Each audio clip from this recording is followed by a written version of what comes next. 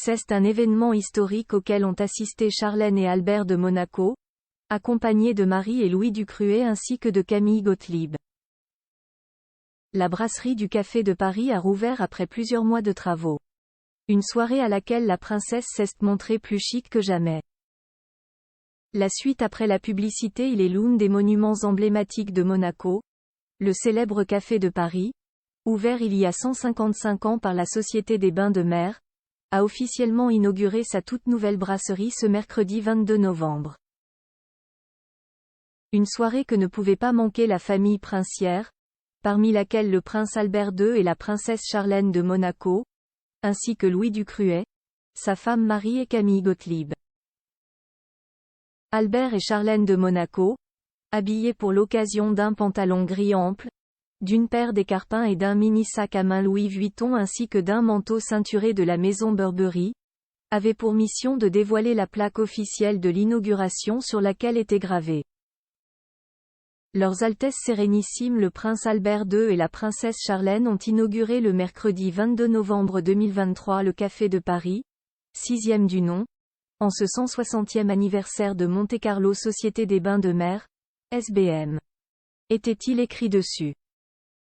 Vitraux, intérieur bois, banquette en cuir et lumière d'époque, l'inauguration de la brasserie a attiré pas moins de 120 invités parmi lesquels Chloé Green et son papa, l'homme d'affaires Philippe Green, Anthony Stentoriani, fondateur et administrateur délégué de Monaco Asset Management SAM, accompagné de sa fille Alicia, Stéphane Valéry, directeur général de la Monte-Carlo SBM, Éric Gorju, directeur général Café de Paris Monte-Carlo ou encore Pierre Dartout, ministre d'État de Monaco.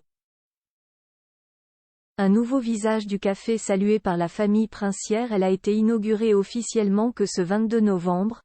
La brasserie du Café de Paris est en réalité ouverte au public depuis le 14 novembre dernier. Ce ne sont pas moins de 19 mois de travaux, chiffrés à 70 millions d'euros comme l'a indiqué Stéphane Valéry à Radio Monaco, qu'a connu l'établissement. Et si le montant est considérable, c'est parce que les petits plats ont été mis dans les grands pour offrir le meilleur à la clientèle. Pour cette rénovation, la Société des Bains de Mer a fait appel à David Collins Studio, spécialisé dans le design d'intérieur, des architectures et de produits pour de grands hôtels et résidences reconnus à l'échelle internationale.